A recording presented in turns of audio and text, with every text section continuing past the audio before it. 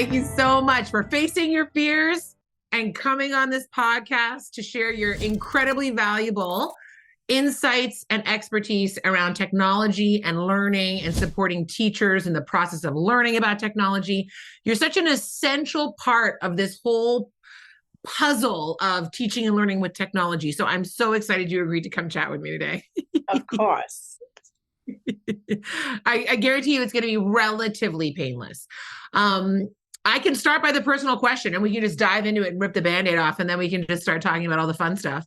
Let's go for it. Let's just get personal. That's how I roll. I like to get emotional and personal right off the bat. And while you haven't heard Helen speak at great lengths yet, everybody, you will notice her accent on this podcast. So I always start by asking people about their personal experiences with education, Helen. Like, when you went to school, did you hate school? Did you like school? Was it something that you wanted to avoid? Did you innately understand the value of what you were doing in there and are like, oh, this is going to be useful for me in my life? Or how did you first start? What were your first experiences with education as a system? I always loved school, and I was very fortunate that I had incredible teachers who sprung me forward in many capacities. So in junior school, which you attend until the age of 10 in England, I had a teacher pull my mom aside and say, you know what, this kid, she's got potential. And he really picked up on that, and he encouraged my mom to have me apply for a private school. And so, and I don't think we would have ever gone that route before. It certainly wasn't something that financially we were able to do. And so in England, you can take an entrance test, and we're very fortunate that we have government assisted places. And so I was able to have the privilege of attending a girls' private school in the city. And at that time, they were quite progressive. So again, as I moved through that school, I had an excellent teacher, math teacher, who picked up on my math ability and encouraged me to go to Sheffield. They were running a program in how to get girls into engineering, high school girls into engineering. And so I went away to Sheffield for the weekend. I think I was probably 16. And it was, I was away from home in a big city for 3 days. So that was cool. But I got to try out all the different kinds of engineering: civil engineering, mechanical engineering, software engineering, and software engineering stuck. And so just by those teachers being so attuned to, or in tune, sorry, to my abilities and my interests, that led me into my software engineering degree. So, I always enjoyed studying. I think when I got to university, it was a little bit of a shell shock. I think I was one of maybe a handful of girls taking software engineering in a course of probably 300 students. So navigating that, and again, I'm not naturally, I'm not a natural programmer. It was hard work, right? There were a lot of people that was their passion and hobby. They were programming day in and day out, and they had clubs and they would get together and code. Whereas that was not what interested me. What interested me more was around business processes and how do users interact with the technology that we're designing? What makes for a good user experience? What makes for a bad user experience? And back then there really wasn't that much. Like, the interfaces were the interfaces, and they worked in the way that they were supposed to work. And the business side of all of that just intrigued me a little bit more. So. Yeah, true to your interdisciplinarity, this idea of software engineers interested in business, interested also in elements of HR, customer service, all these different threads that get pulled from an industry like software engineering. I want to just back up 1 second and talk about the public and private systems, because I also was, you're supposed to say privileged enough to go to a private school. And I know I should say that. And I know I was, but there were a lot of hard parts of that I felt going to first of all, going to an all girls school is something I would never expose another woman to, given my experience. And then the kind of pressure and expectations. Like I did find a private school to be very difficult as an environment in terms of learning and development.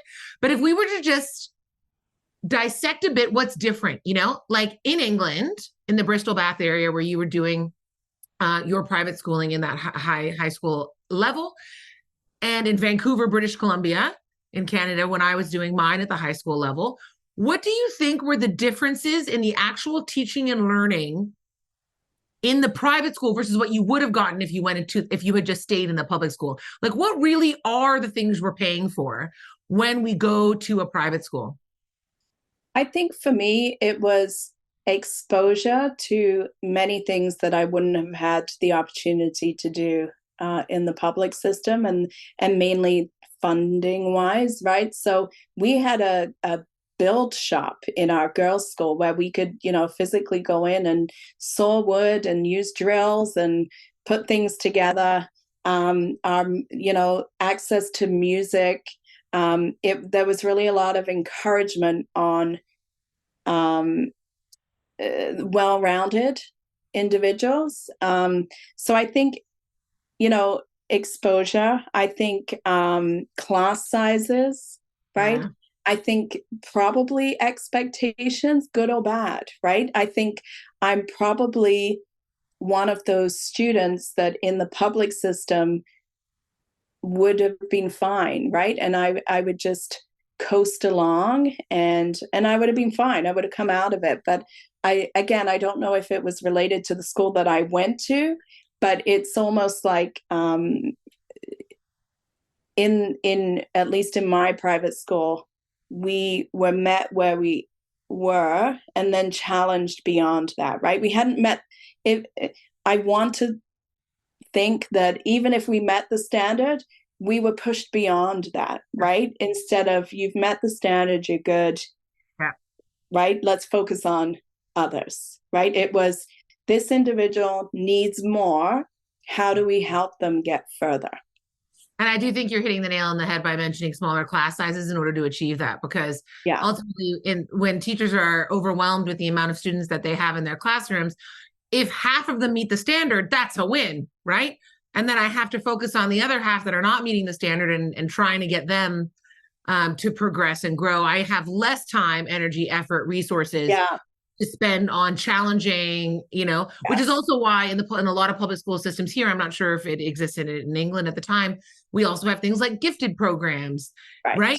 So that students could be challenged, because it just wasn't something that you would have gotten in your regular everyday classroom. Yeah. No, I think you're right.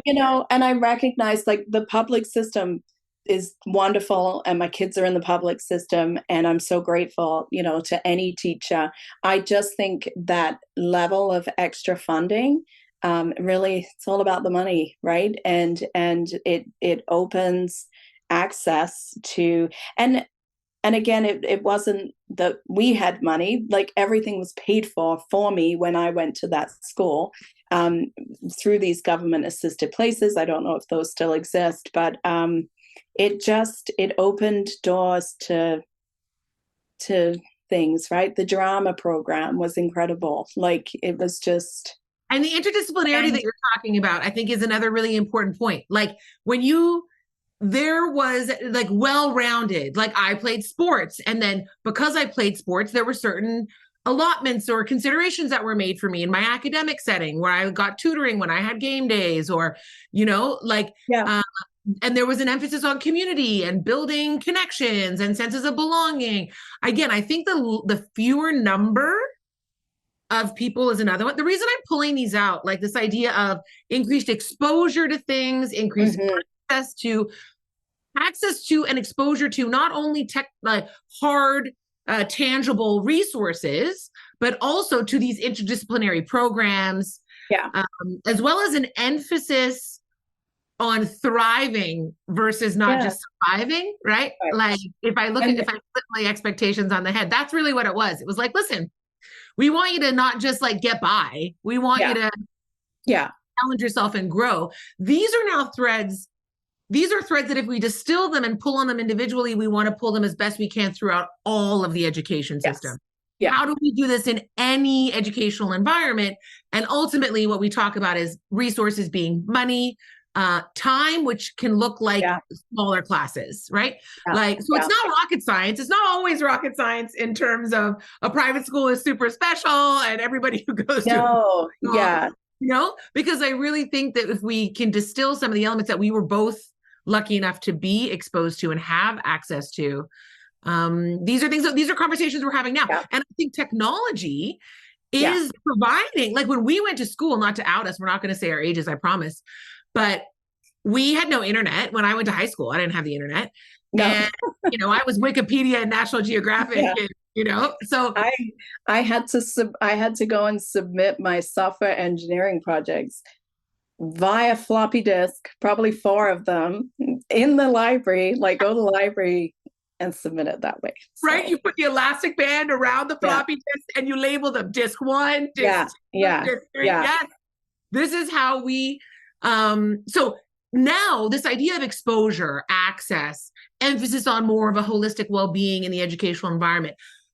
I think technology has a role to play here in making it more equitable across systems, no matter public or private.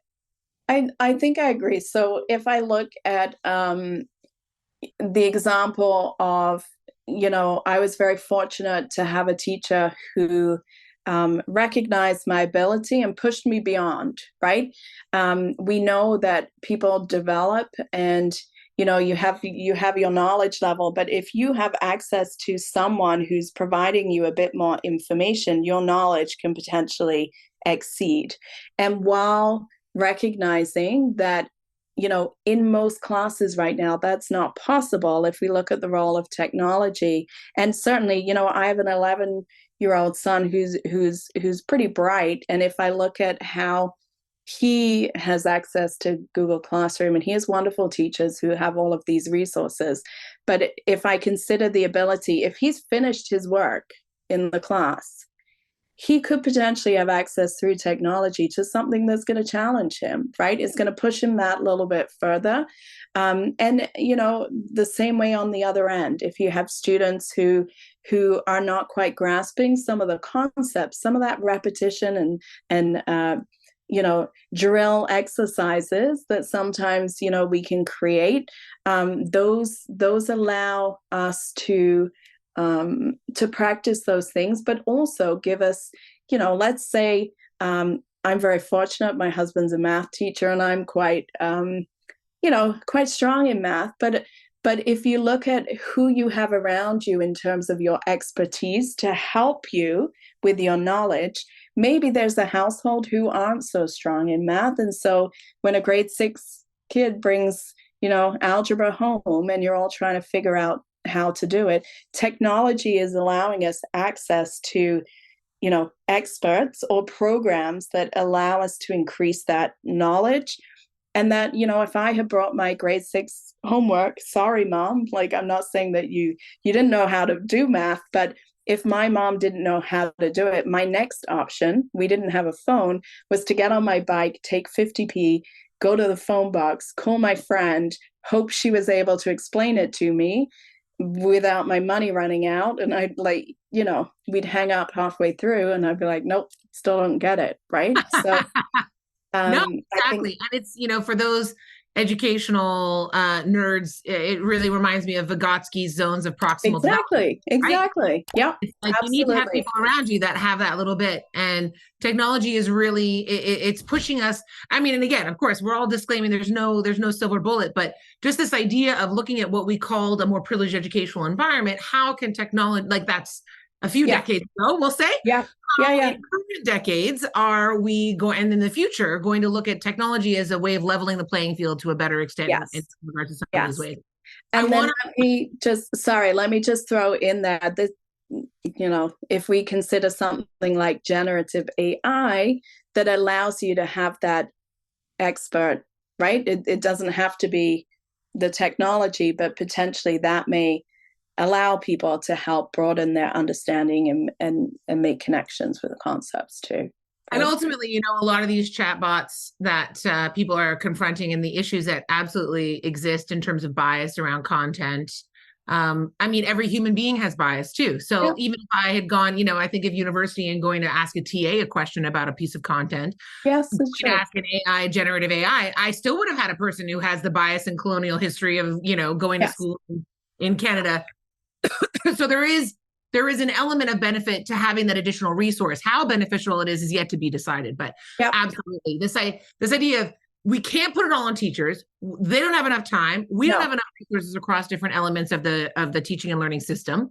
So how can technology help to provide a more boutique, customized, supportive, just in Yeah. time environment that we were able to get? Personalized to a point, right? Just, yeah, Fingers crossed. differentiated. Yep. I just want to make this connection now between where your education and experiences with technology as a software engineer kind of merged to your now professional life, where for over 13 years now you've been working in the field of technology and in the industry of education as managing director, assistant director, soon to be managing director of learning technology services. So in higher education, could you tell us a bit more about what learning technology services is? And as we conceptualize it here at York University, because every university, they might use the same term, but they might define it differently at a different institution. So at York, what does learning technology services mean? And then how did you find your way to it? Good question. So maybe I'll first start with how did I find my way to it? So I worked in Belgium in a bank, and I was responsible for creating reports, so SQL reports. And I worked in a leasing company, and that was fine. I enjoyed it. It was interesting, but an opportunity arose. I thought I wanted to go into project management, to be honest, and so an opportunity arose where over in England, ironically, so I'm living in Belgium, and over in England, they were introducing new software to one of the daughter companies. And so part of my role was to go there and understand what they were doing, what they needed to do with the new system. How do I translate what it is that they used to do into what they need to do? How do I define their requirements? And I loved that. I loved getting into, well, why do you do it that way? And what does that mean? And, would it matter if you did it a different way? So all back to that user experience type stuff. So creating user guides for them. Here's how you used to do it. Now here's how you do it. And so I enjoyed that. And I worked in that role for a while, a few years, I think. And then at that point, my husband and I decided to move to Canada. And so I applied for a job. Actually, I worked at the University of Guelph for a year, and they were moving from one learning management system to the other, or they had recently moved. And so part of my role was helping these instructors. They used D2L at the time. And how do we help instructors get familiar with these with the way things are done now? And I just that was internal motivation to me when people got it right, and I simplified it and I made it enjoyable for them. That was my love language. And so I really got into that. And I'm teaching, Helen. You're teaching all I that know, stuff. I Because you were know, like, I know, I was like, I have this subject matter expertise, technology. I understand what an SQL report is. Don't ask Michelle what that acronym stands for. I understand, learning management systems migration. But again, you're coming back to this idea of the business side of things, like why we do it, why it's important, as well as your experience side of things. But then you just added that additional layer of you're teaching people how to use it, why to use it in an engaging way. And you also just mentioned not just teaching people, but actually having them learn. Because those are two different things sometimes. You could tell people something, and so you identified some of the ways that people learn is like you Yeah. see it, you see that Yeah. aha, and that was like Yeah. your love language. So did Yeah. you realize? So then that became something now in your professional repertoire. You were like, I want more of that. So I loved working at the University of Guelph. It was a great job. The people I worked with were fabulous. But Shout out University of Guelph. shout out. But I was commuting from Aurora to Guelph, which is an hour and a half. And so I did that for a year, and that became a lot. And so, and having, just moved to Canada and driving in the winter and the snow and all of that, it was a little crazy. So opportunity came up at York as an e-learning specialist, who were at the time, they were also, were we transitioning? I feel like we were transitioning from WebCT to Moodle. And so it seemed like I had that good skill set to be like, hey, you used to do things this way, and now you're going to do it this way. And again, I loved that role, right? I loved looking for opportunities for people to learn. I loved looking for opportunities to present information differently. I love looking for we're operational, and we're also at Learning Technology Services. So let me dive there. We support a lot of learning technology services, and our primary role is helping faculty and staff use them effectively. My whole aim is to not have technology get in the way of what you're trying to do, but have it help you. And sometimes that's hard, right? Sometimes there's a lot of administrivia that gets in the way of us using technology. There's things that we need to set up. But one of the things that I really wanted to push is that we in nature tend to be very reactive. So, especially in support, someone comes to us, something isn't working. But what I really try and do and hope to do is be more proactive. And so hope to meet people before they get into the issues and try and avoid those. So the e-learning specialist, I had a great time in that role. I worked on what was called a Web Enhanced project at the time. So helping the health faculty, what are the things that we would consider as Web Enhanced? And that was, you had your course outline, you had discussion forums set up, and you gave students their grades online. And so I just really enjoyed working with individual faculty, because nobody approaches it in the same way, and everybody has their own experiences to bring into that. And I just love all those nuances and building relationships with them, right? That's another thing I'm so keen on, and having them feel like, we're here to help. They're comfortable with us.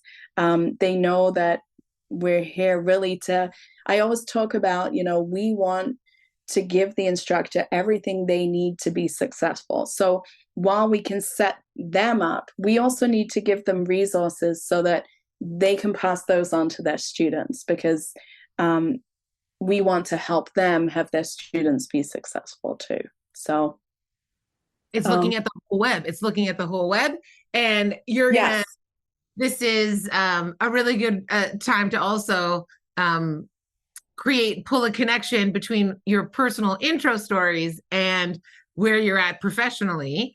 And I split these up in part 1, part 2. So join us for part 2 for this intriguing "What is the connection?" You talk about, in your own schooling experience, you talked about multiple times the importance of teachers. Yeah. That there were teachers that really impacted you, that were critical to your development in what could be described as a difficult childhood with limited resources at times. Yeah.